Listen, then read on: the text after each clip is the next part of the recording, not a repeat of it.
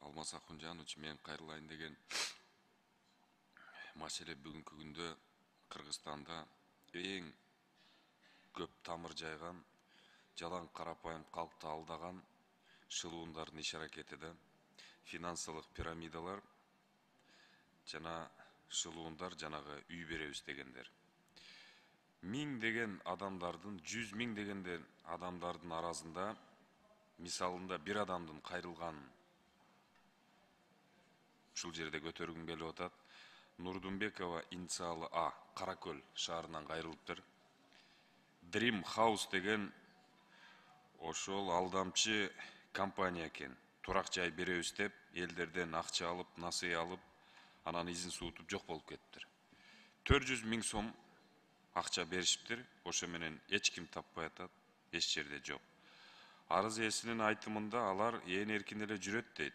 Жергиликтүү милицияга, жергиликтүү прокуратурага бая жаны ачышканынан жазыптыр бул жерде, ишеничте эле калбай калды деп. Арыз менен кайрылабыз, кайра арыздарын тоголотуп эле бизге жиберип коет дейт. Ошону көзөмөлгө алып койсоңуздар. Мен Ички иштер министрлигине, прокуратура органдарына да арыз жолдогом. Тиешелүү иш-чараларды көрүп, биздин жарандарыбыз ушундай жагдайларга кабылбаш үчүн чара көрүшүңүздөрдү өтүнөт элем. Жазган арызын окусаң, абдан оорда өзү өмүр бою мугалим болуп иштеген экен бул жаран. Күйөөзү мигрант болуп Орусия Федерациясында стройкада иштептир.